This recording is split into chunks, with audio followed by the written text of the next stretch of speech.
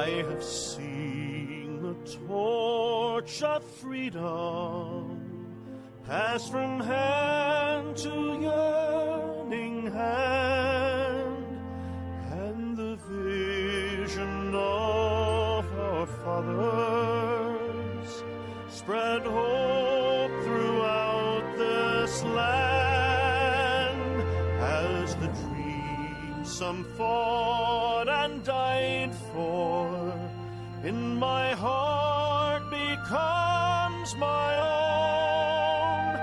I will strive to keep her promise, America, my home. America, America, may God bless America, and freedom reign across America, my home.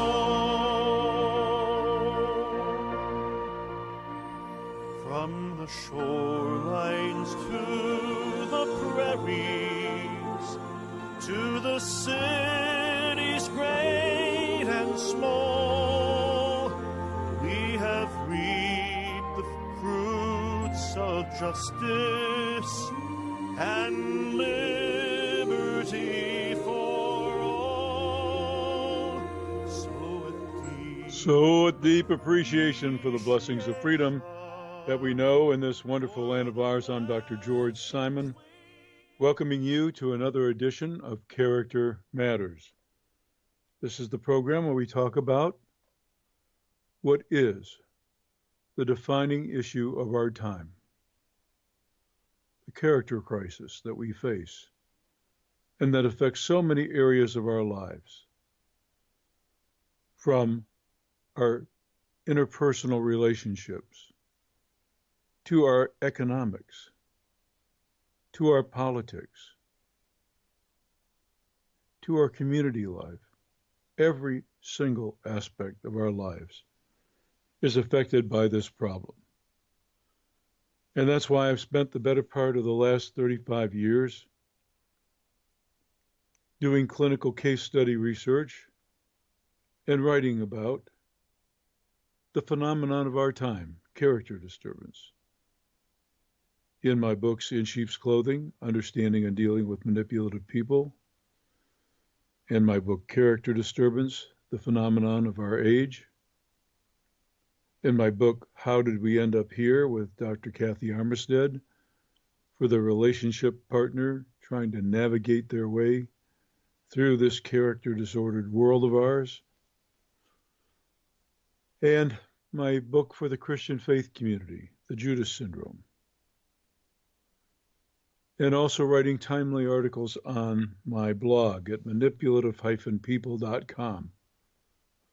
That's www.manipulative-people.com. So that's what I've devoted my career to. And I travel around the country, will be until early this summer, when I will once again attempt semi-retirement. But traveling around the country, 6 or 7 venues a month, doing professional training workshops, equipping clinicians with the tools that they need to deal with this defining issue of our time, this character crisis that we face, and that affects so many aspects of our lives. So I would like for you to join the conversation if you have a mind to. If you'll call area code 718-717-8296. That's 718-717-8296. I'd love to take your call, and you can join the discussion. Because tonight we're going to talk about narcissism once again. But tonight's discussion is going to be a little bit different than we've talked about it before. It's going to be addressing a wide range of issues with regard to narcissism. Most especially, we're going to talk about a type of narcissism that is called by many in the behavioral science research world malignant narcissism. And there's a difference between various types of narcissism, and I'll try to explain that the best I can tonight. But malignant narcissism is the most virulent and to date the most incurable, very difficult to address type of narcissism, not the least of which is because people who have it are not particularly motivated. I'm going to answer a Skype call here. Hello and welcome to Character Matters. Hello and welcome to Character Matters. Hi. I'm calling because I'm in a relationship with a narcissist, aggressive one, and I'm sorry, I was listening to the doctor. Is this Dr. Simon? It is. How could your voice be working on the computer and I can hear you on the phone? Well, because we have had a technical glitch in our phone answering system, and just today I devised a little kind of ingenious cure, and I hope that it's working. And my little ingenious cure was to fix up a stand alongside of my broadcast microphone and get my iPhone next to it with the speakerphone. And the microphone that I use is sensitive enough to give good audio quality even out of the tiny little speaker on the phone. So I think actually folks are hearing both of us just fine. Okay, well, I hear a different conversation going on my computer right now. It could be maybe I got onto one that was of another date or something. Well, no, actually you hear a different conversation going on because there is a little bit of a delay. So gotcha. we just stay on the phone and you don't worry about it. Okay. Well, Dr. Simon, I have in the last since the beginning of January, I asked him to go and visit his mom who was sick and give us a break.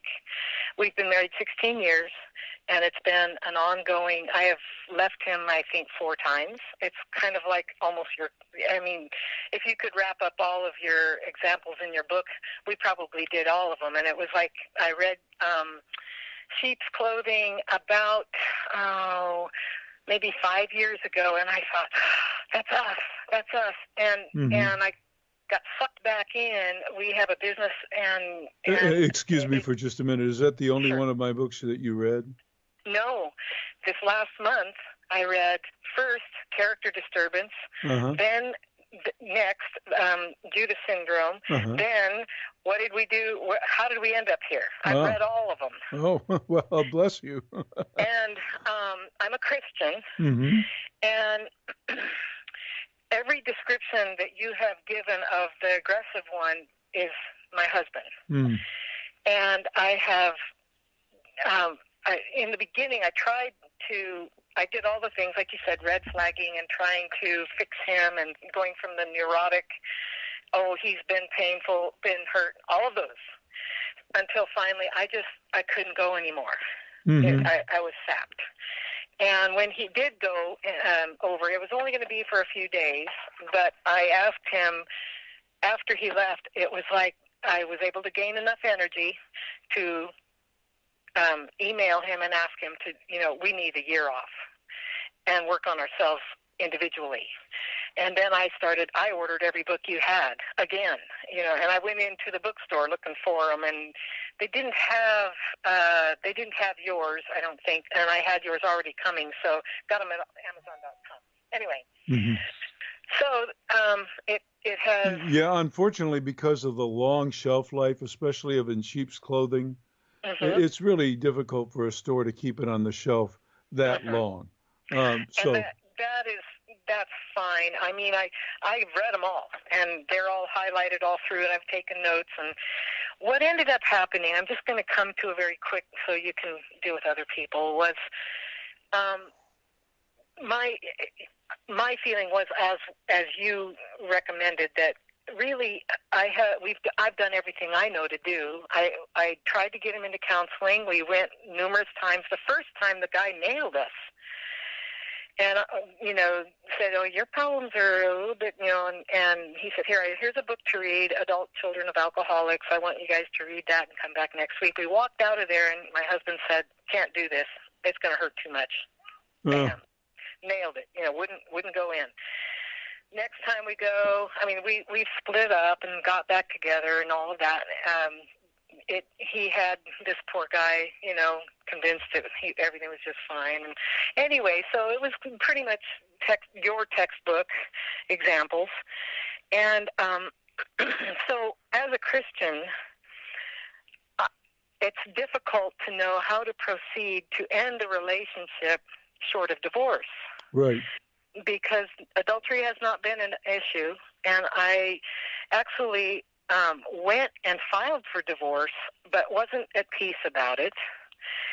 And this morning, I just filed on Friday. This morning, and he knew about it. I let him know this is it. Unless I did the boundary of, you have got to get counseling, and I suggested with somebody who knows something about this issue. Uh-huh. And that's a challenge in and of itself, right there. Yeah, I know. I realized that, but that was my and boundary. by the way, that's not your problem. No, it's not. I was just probably angry at that point and just pointing the finger. Yeah. But at any rate, yes. So what I'm that. saying is that you can't shoulder the responsibility for how difficult this problem is to deal with. He's got to shoulder that responsibility and leave no stone unturned until he takes care of it. That was my boundary, and I laid that out there. Yeah. Well, then he just started stonewalling me when I did that, and then when I went for the divorce, he wouldn't respond, and finally I just said, look, I really don't want a divorce. Are you willing to get into counseling? And he just stonewalled again. So this morning, as I was praying and having my quiet time with the Lord, I just could not be at peace with going with divorce. And I said, okay, Lord, I won't. And that's when it got lighter. And what came to me is that the Lord will take care of that part of it. And this is not my first relationship with my first husband. In my 20s and 30s was also a narcissist, but this guy makes that guy look like a piker. That often, I'm not laughing at you. That often happens, unfortunately. I read all that in your book, and I thought, dang, if that doesn't hit the nail on the head. I'm a strong. I raised my sons without, when their dad left, I raised them. I was farming. I vlogged with my late husband. I had one good relationship but he was killed in a logging accident. We were only together 3 years. And so when this man came into my life, he kind of was an acquaintance of my late husband, and I think he hit me because I was a widow. But at that point, I didn't, I thought, this was what the Lord was sending, and perhaps he was to teach me about my own neuroses. Anyway, 16 years into it, I have drawn a line. He's staying in another state. I'm in California. He went over to visit family in Nevada. And he said he wants to build a place over there, whatever. And I said, fine, go. But he keeps trying to pull me back in, and I've said, no contact, no more, no contact. I'm not going to do the divorce, but you stay. We're leaving it the way it is. You stay over there, I'll stay over here. We have a business that I can live off of as well. So you stay over there. There is nothing here. But that's as far as I could take it. I want a divorce, honestly, but the Lord said, no, just relax on that. But I still wanted your take on that. As a Christian, that was a bit touchy for me. So bottom line, what you're saying, it sounds like, is that you want to go the extra mile with your conscientiousness. And so you keep offering these chances after chances for him to do what's necessary. And he either stonewalls or doesn't do it. Mm-hmm. And because you would feel guilty if you didn't go that extra mile, which is what defines your overactive conscience or your neurosis. Is that correct? I wish I could say that was the case, but honestly, I just wasn't at peace about, although the divorce has already been filed, it doesn't mean I can't stop it. But the point is, for me, is that scripturally, there is no grounds for divorce, is there? And that's what I'm saying. So that conscientiousness, you're hearing that. You're hearing that admonition, and you're hearing that prescription from the Scripture, and you're taking it to heart, and there's nothing wrong with that, but you're taking it so seriously to heart that you don't see any other options. So let me make some. Let's have a discussion about some other issues. Okay. Scripturally, we are told by Jesus that what God has joined together, no man should put asunder, save for adultery, right? Mm-hmm. Well, Matthew chapter 18. it's the first part that many people forget. He said the whole thing. He said the whole sentence, and that begins with what God has joined together, which means a spiritual. God is. Fill in the blank. God is a spirit. God is love. God is love. Thank you. Yeah. So what love has joined together in spirit, we shouldn't separate. Now, there can't be a marriage. There cannot be a marriage in the first place if two loving hearts aren't joined in spirit. And what you describe is not a marriage. No. So listen to what Jesus is telling you. If you want to take him so literally, listen to the whole sentence, not just that one part about save adultery. Mm-hmm. He meant every word, not just those couple of words. He meant the whole thing. So you're not, see where it's been interpreted to me. I was a Mennonite. I don't know if you're familiar with I really can't say that I know a lot about the Mennonites. I'm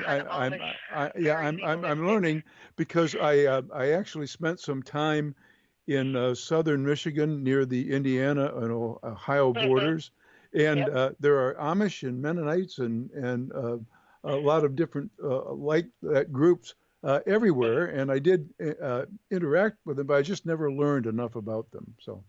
Well, they're legalistic in a lot of ways. They don't allow any divorce, and so I've got that kind of interpretation kind of programmed in, and I was also raised Catholic, so that's kind of another. Well, you got a double dose there, didn't you? Yeah, and my mother married 7 times.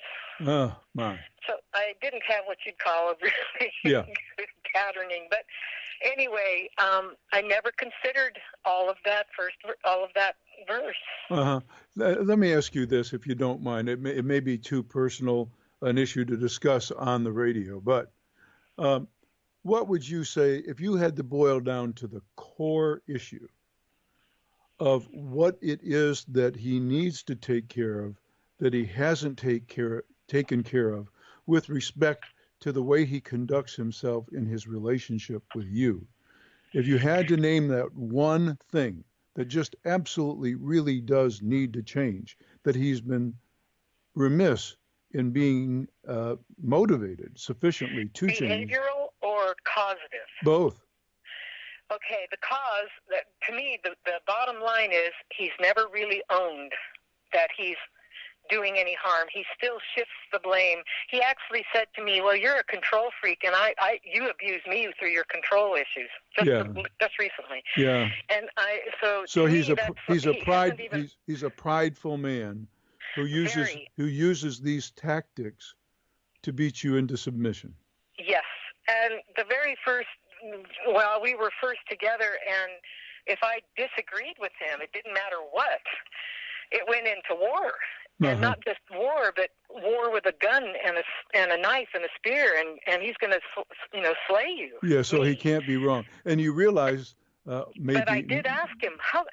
When he calmed down, I said, just because we disagree doesn't mean that we can't talk about things. Why do you go for the kill? He goes, well, there's no point in fighting if I don't win. Yeah. And when he said that, my heart just kind of thumped. Yeah. And then maybe the words of the book came alive for you, huh? Well, honestly, back then, that was 16 years ago. Oh. I hadn't read your book. Oh. I don't know if it was in print yet. Wait a minute. Yes, it was. But I was not aware of it. Mm. At any rate, so I had gone to a little bit of school, 2 years, and I was a psych major, but I didn't really get that deep into it. But of course, like you said, the New Age and all of that kind of stuff that people get into. So he has not owned it. Plus, he's abusive verbally, aggressive, very aggressive. This is internet radio, and you can keep it still civil, because I don't like to press the limits, even though it is internet radio. But give me an example. Of maybe the more brutal kinds of verbal discourse or abuse. Well, we were driving down the road, and I had been considering getting into trying cutting horses for, a hobby. I do have a horse. And he just immediately, bam, started yelling. And what he says are things like, you're out of shape. You can't do that. You're not even that good on a horse. And, it's basically character assassination, big time. Demeaning stuff. Very demeaning. Mm-hmm. He's very good at, he has hit me one time with a guitar. That was about 3 or 4 years into the relationship. And I, by that time, was so beat down that I couldn't drive to get myself to a hospital. And hit you with a guitar, or what? Yes. What type of guitar? An acoustic Takamine, actually, if you want to know the brand. And hit you where? He came at me like he was chopping wood. And he's 6 foot and 250, and I'm 5'2" and about 145. And he swung this guitar and struck you. Yeah, and he hit me. Wow. I didn't believe he was going to. I just thought he was just threatening. And then when he started swinging, when it was coming down on me, I put my arm up, and he hit the arm. And you were married at that time? Yes, we were. Wow. And I needed to go to the hospital, and he said, well, and he actually talked me out of going. Of course he did. Yep. And then after the fact, he blamed me for instigating it. Of course. And I was. Do you understand? Do you understand the real? After reading my books, do you understand the real reason for blaming you? Yes. What is it? After what I've read, is that he has such an inflated opinion of himself that he can't be wrong. Well, that's the part of the narcissism, but that's not the fundamental reason. That is a reason, but not the most fundamental reason. Is it because he would have to change if he admitted he was wrong? Now, you are right on top of it. So let me elaborate there for the benefit of our audience. To labor on someone else's behalf is the very definition of love. So he would have to do the work of self-improvement, and he's not willing to do it, which is what makes him incapable of love. And that's why there is fundamentally a problem with the foundation of this so-called marriage. Do you see it? Yes, I do. Yeah. Yes, I do. Boy, what a call. This is probably the best call we've had on the program. Because you probably have no idea how many people you might be helping tonight. I only hope. I tried last week, but I started going back to church again. He refused. All the things in your book. I've been wanting to go back to church and wanting to go back to church all through our relationship. And at one point, he actually told me, "I don't want to go back to church because they'll tell me I can't chew or smoke or drink." Right. Exactly. They'll tell me no, huh? Yeah, he's not willing to. I said, well, if they're Christians, they let the Holy Spirit do that. I said, that's not up to them to tell you how to live your life. It's the Holy Spirit's work. Well, they'll just look down on me and and I was like, look, buddy, that's not their job.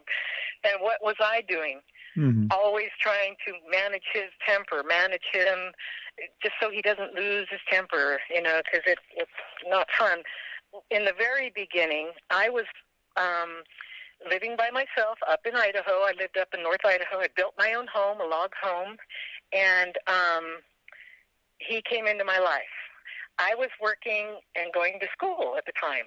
Well, he wanted me to jump in a truck with him, so I did.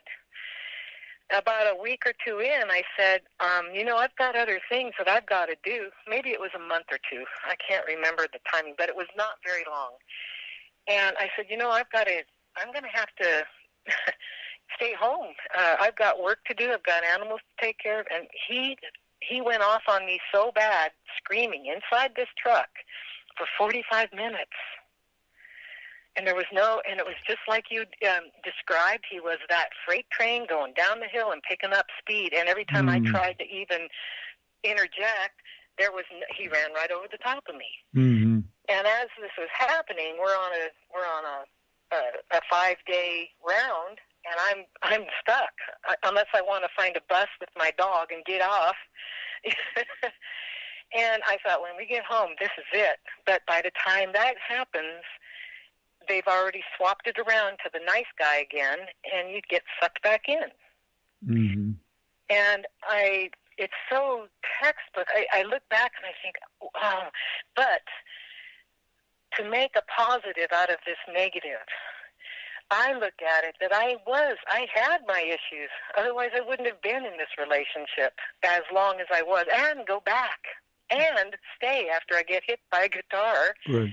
And what I pull out of it now is that I feel an empowerment just by those 7 steps at the end of how did we end up here, which I just read last night and wrote down on index cards so that I have them in my hot little hands whenever I feel, disempowered.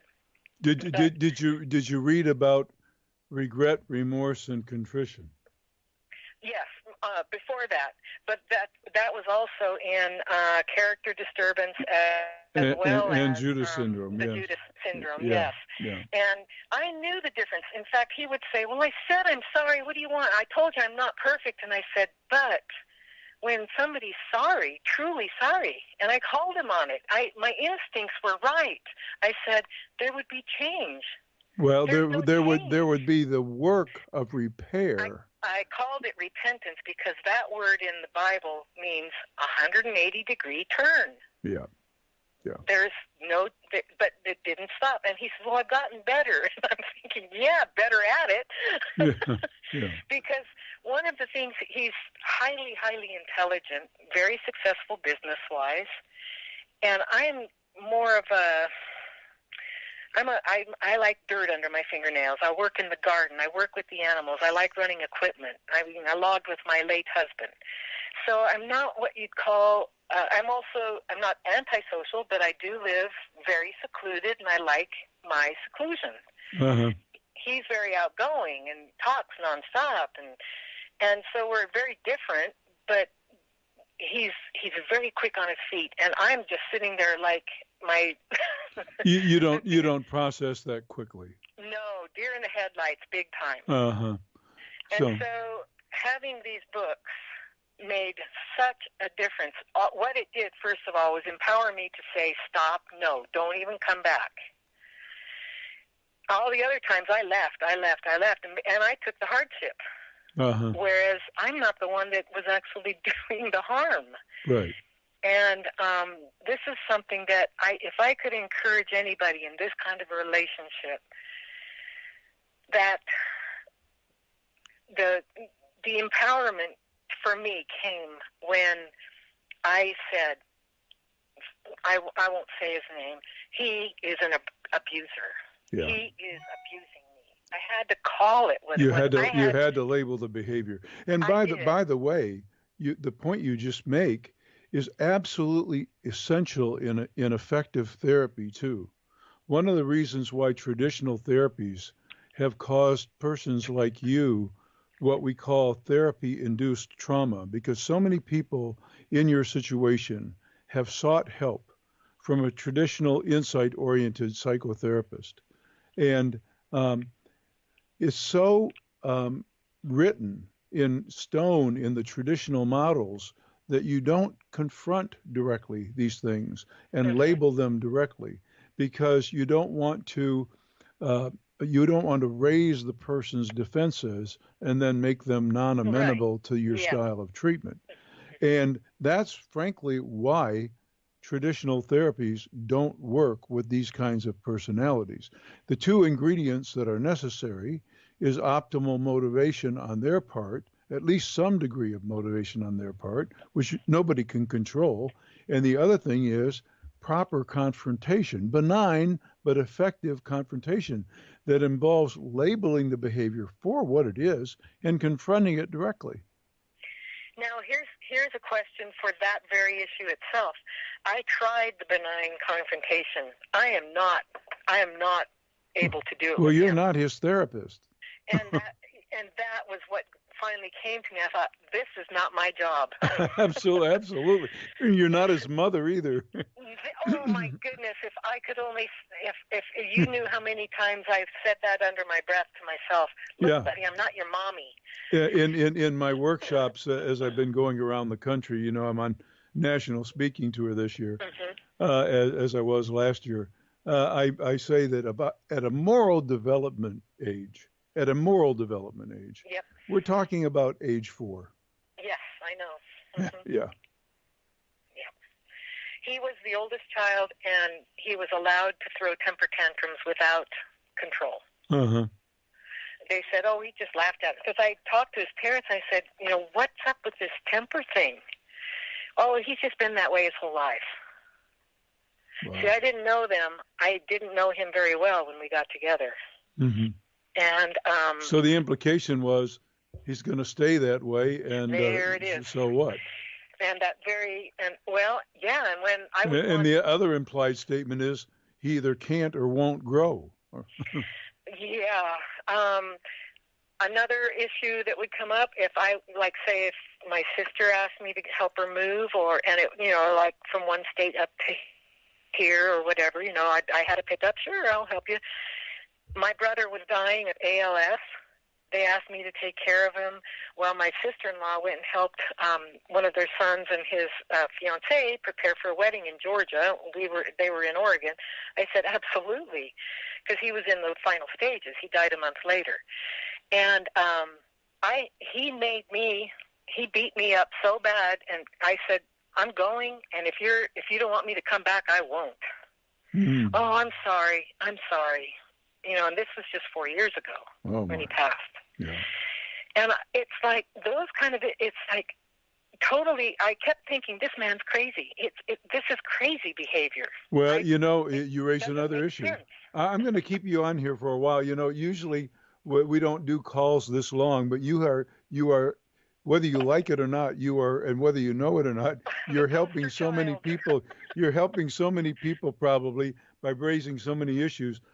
You're not the only one who's thought that. As a matter of fact, some of the greatest researchers of our time looked at this behavior and actually thought it was craziness because it seemed to make no sense. It doesn't make sense. Yeah, in our current dissidence. Yeah, it makes no sense whatsoever. Yeah, in our current literature, we call this the factor 1, the essential factor of malignant narcissism, which is what I was going to talk about tonight anyway. So you were a godsend. You were just meant to call in.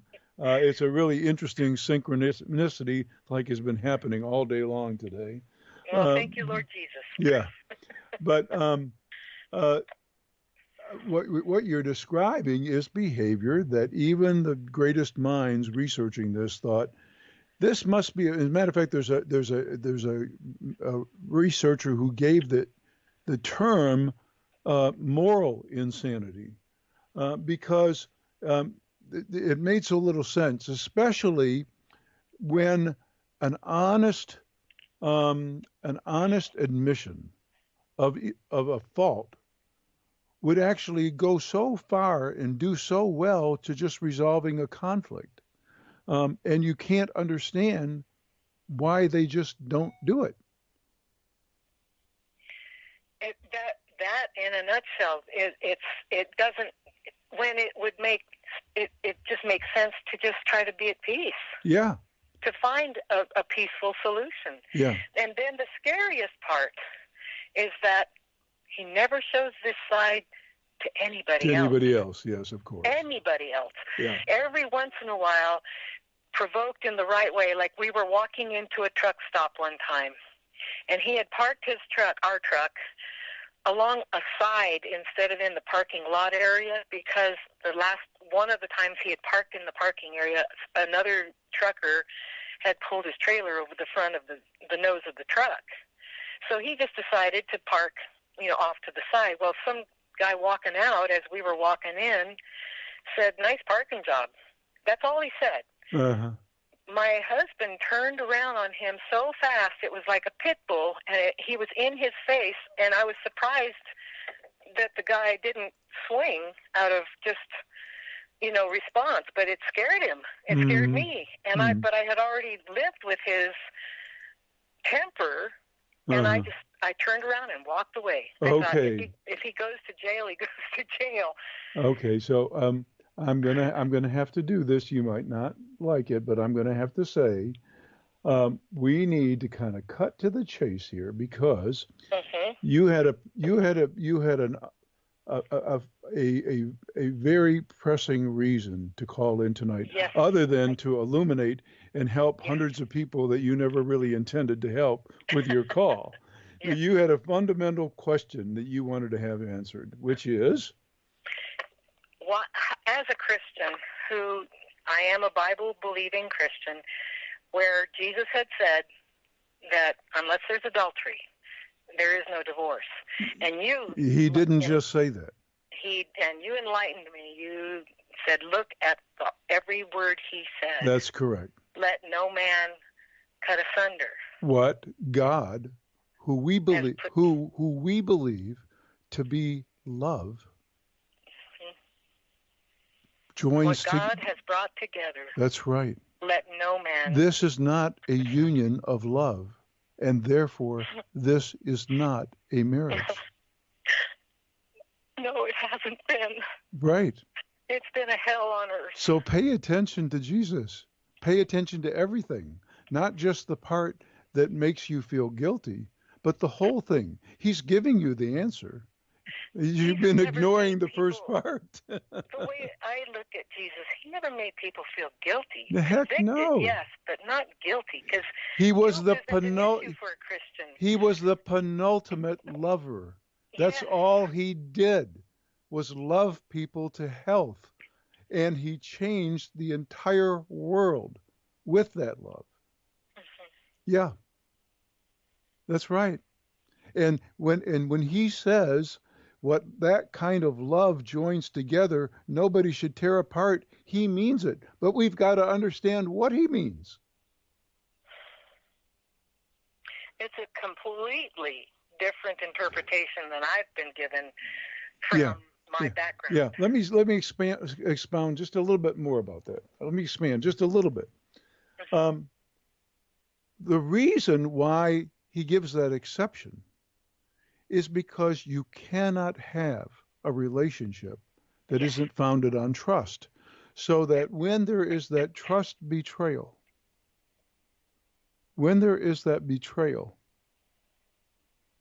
it shakes the very foundation of the relationship. There was an issue, and it wasn't about adultery. And I will take that trust can be broken in a lot of different ways. Yes, it can. And what happened was he has a problem with alcohol. And he, the last time I left him a year ago, a year ago this month for drinking again. And he every time I've left, he's taken the notch up a little bit more to where, okay, I'll what did he do about that problem with alcohol? He said he would quit. I know, but did he participate in any kind of structured program of sobriety maintenance? No. Did he even attempt to go like to AA or anything like that? No. Yeah. This last year, he just said, he goes, I don't really have a problem with the alcohol per se. It's just stopping when I do drink, so I just won't drink. So, okay. He said, so he needs to go to Stopping Anonymous. That's the best one I've heard. Yes. Oh, the man's got a line. He's got the gift of, he's got a silver tongue, the silver tongue devil, right? So he didn't. We were counseling with the church we started attending because of that. He looked up this fellow, this pastor, because a friend of ours goes to this church. Wonderful man. He actually had experience with narcissists. Uh-huh. And I mentioned that to him because I had pulled up your website a year ago and was looking for that book. I couldn't find my old copy of In Sheep's Clothing. And so I was reading it online, basically, and was talking to him about it. And Fred just said he would never drink again. Not a problem. Well, then he started in with the verbal abuse again somewhere back in September, October. And I was trying to work. I was calling him on it, doing the red flag thing. And then I found out from a friend that they'd had a couple of beers together. And he wasn't telling on him. He was just saying, hey, did Fred handle, having a couple beers okay? I said, yeah, I guess he did. Came home and confronted him. And that's what started this whole thing now.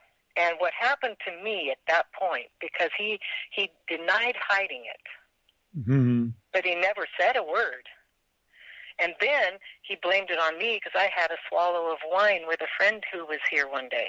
A swallow. And when I say a swallow, I mean a swallow. I just tasted her wine because it was a brand that a company that we deliver to makes and gave it to us. And she said, this is really good. You need to taste it. So I did. I don't have an alcohol problem, but I don't drink all that much, if at all. Anyway, he blamed it on me.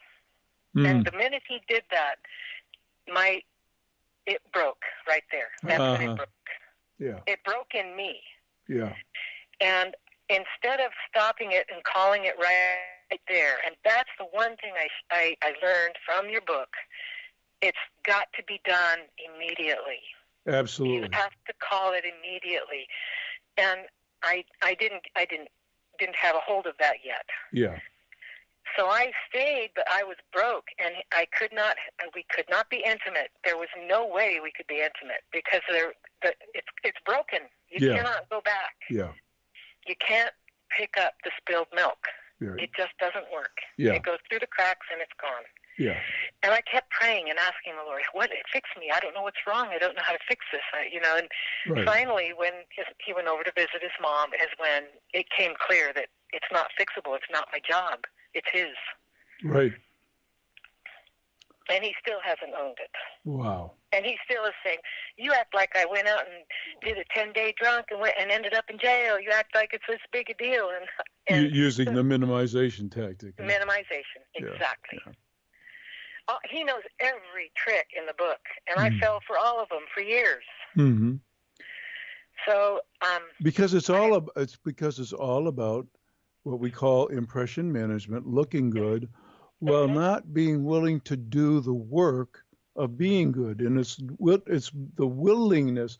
Bill W. of AA fame, Bill Wilson, he said that at the core of any life turnaround, what he called the process of recovery, at the very center of it is one word, and that one word is willingness. Mm-hmm. And when a person becomes willing to do the labor that it takes, especially on another's behalf, to improve themselves, to repair damage, Which is to what the restore intervention's trust. about, right? Exactly. Mm-hmm. Exactly. And if they, I can't tell you how many interventions I have had with him. But every time I've left, it was an intervention. Yeah, you've basically. been trying to shove recovery down his throat, and that doesn't work. No. So can I ask you a question? What's the payoff for them for the impression management? Why is it so important? Because he really hates to be exposed. Uh-huh. There was one instance, I've built 3 homes now, and he was working in the old cabin, not essentially working all that much. He was kind of on his iPad, and I saw smoke in the woods. We live up in the mountains, and I thought, I smelled it, and first thought in my mind was fire. I ran into the cabin and said, "Have you started a fire in the wood, in our wood stove?" And I surprised him, and he jumped up, and he went off on me for 20 minutes screaming how he has never been treated so bad in his life by anybody. And when I say screaming, I mean enough to make your heart stop. But I was still concerned about the fire. I didn't know where it was coming from, so I had to run in, get a phone, call 911. It was a control burn that had worked its way up the mountain. Just the smoke, though. Mm-hmm. But he was still going off on me. Uh-huh. And, I mean... And so your question is, what's the payoff? What's the payoff for an impression management? Yeah. Why is it so radical to them? Yeah. Well, here's the payoff. I say in all my training workshops that just like in real estate, there are 3 things that count, right? You know what they are, right? What are the 3 things that matter? Location, location, location. Of course. Position. Yes. I remember Now, that. in our old theorizing, in our old theorizing, what we used to think is that people insisted on that dominant, powerful position over another because in their backgrounds they had come to fear, they had come to feel being in the subordinate or the submissive position, either because they were abused or they had bad role modeling or something like that. But what we now know is that it doesn't necessarily have to be that a person has an abhorrence of subordinating themselves to some higher cause or higher order. It doesn't have to be that they refuse to do that because they fear to do so. It can just be that they never allowed themselves to learn the benefits of it. And so therefore, if this man is ever fortunate enough to get the right kind of therapy, and he's ever willing to do it, pray for him that he gets a therapist who is willing to call that subordination or that submission issue to the fore and put it right between the eyes.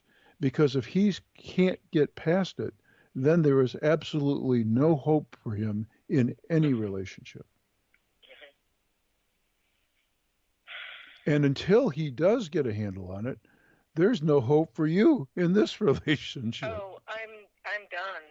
I just didn't feel like I could take that divorce. I could take it to that because of what I understood the scripture to say, how I understood it. Uh-huh. And he was pushing that as well. Yeah. Extremely. Yeah. He says he's a Christian, that he's known God his whole life. Yeah. And I said to him one time, so you could do the things you've done to me and still be a Christian? Yeah. Oh, and that just opened up, the other barrel. Yeah. And, so my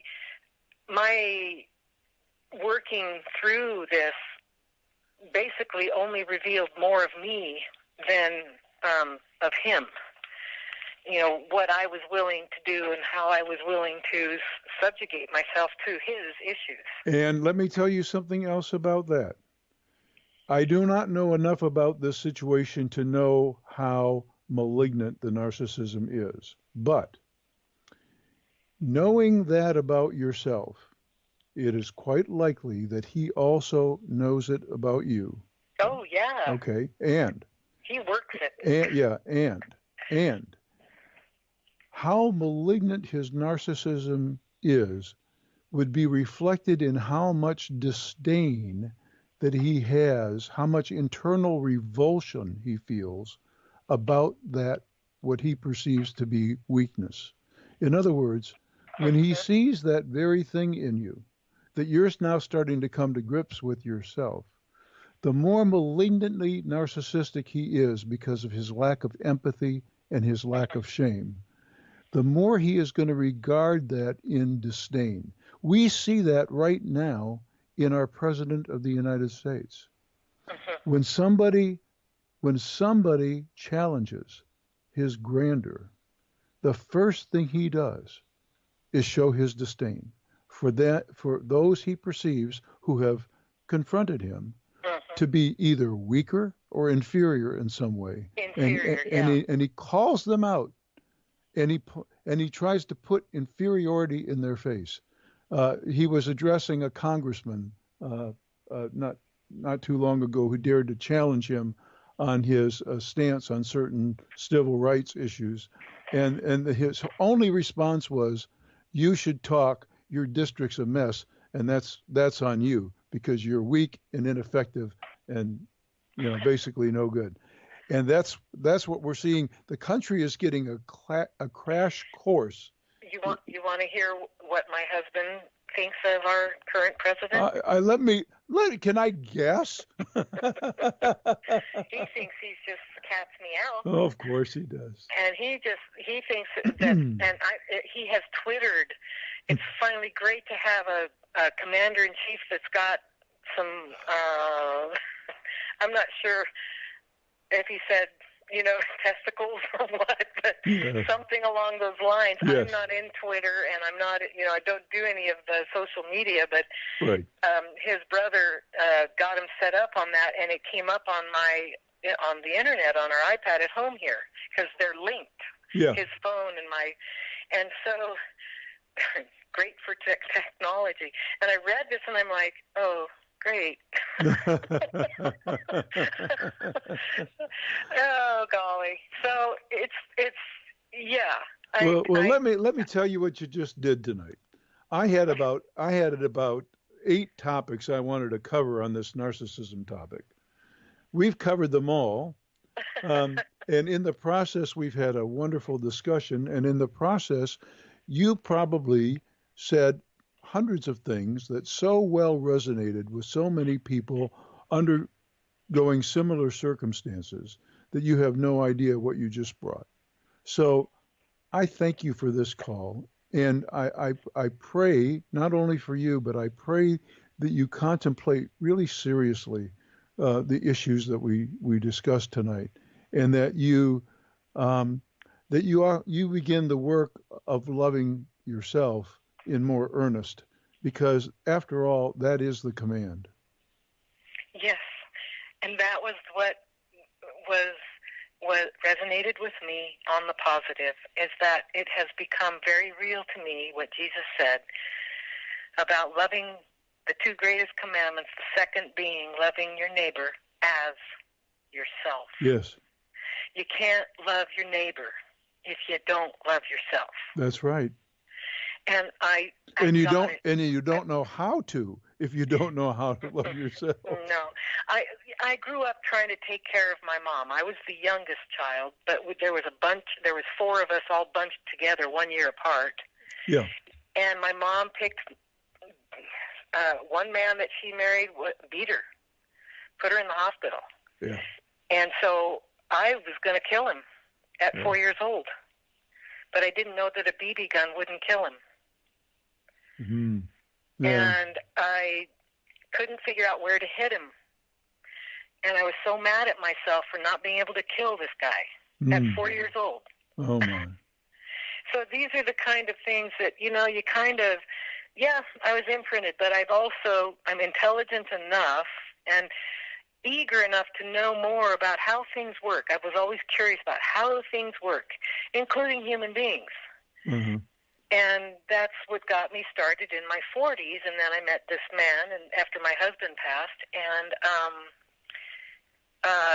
boy, howdy, I've had Mm-hmm. I've had the graduate course, maybe even the doctorate.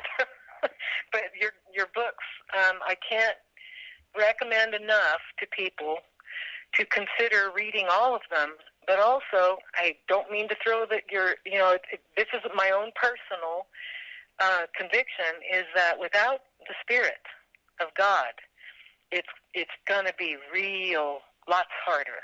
Yes. Than if you're trying to do. There are strong individuals who get through life without it, but for me, without the Lord, I would have been probably in the psychiatric unit by now. Yeah. So, Well, God bless you, Doctor. God bless you too. And I'm going to ask a favor of you. Of course, you can call back here anytime. Okay. I've got my little solution to our technical problems here. So one way or the other, we're going to be able to talk. But Okay. sometime in the future, it would be nice to hear from you about how you're doing and how things are going. And the best way to contact me, because I get 50 to 60 emails a week, and right now I'm already 3 weeks behind because I've been traveling. But if you contact me through my blog at manipulative-people.com and use the contact feature, it speeds things up, and I get to it a little faster. But sometime down the road, pop me a contact through the blog, and I'd love to hear how you're doing. I did make a comment on one, and there were so many comments on my comment that it filtered it. Oh, really? Yeah. Send me a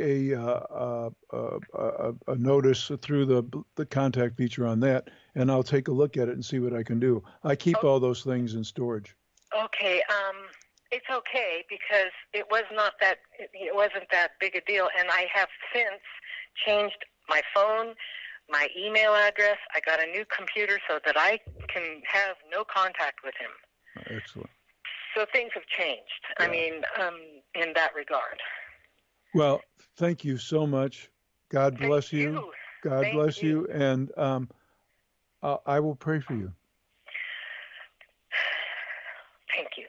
You're welcome. Take care. And I will let you know how things are going. Thank you. Take care. God bless all of you out there, too.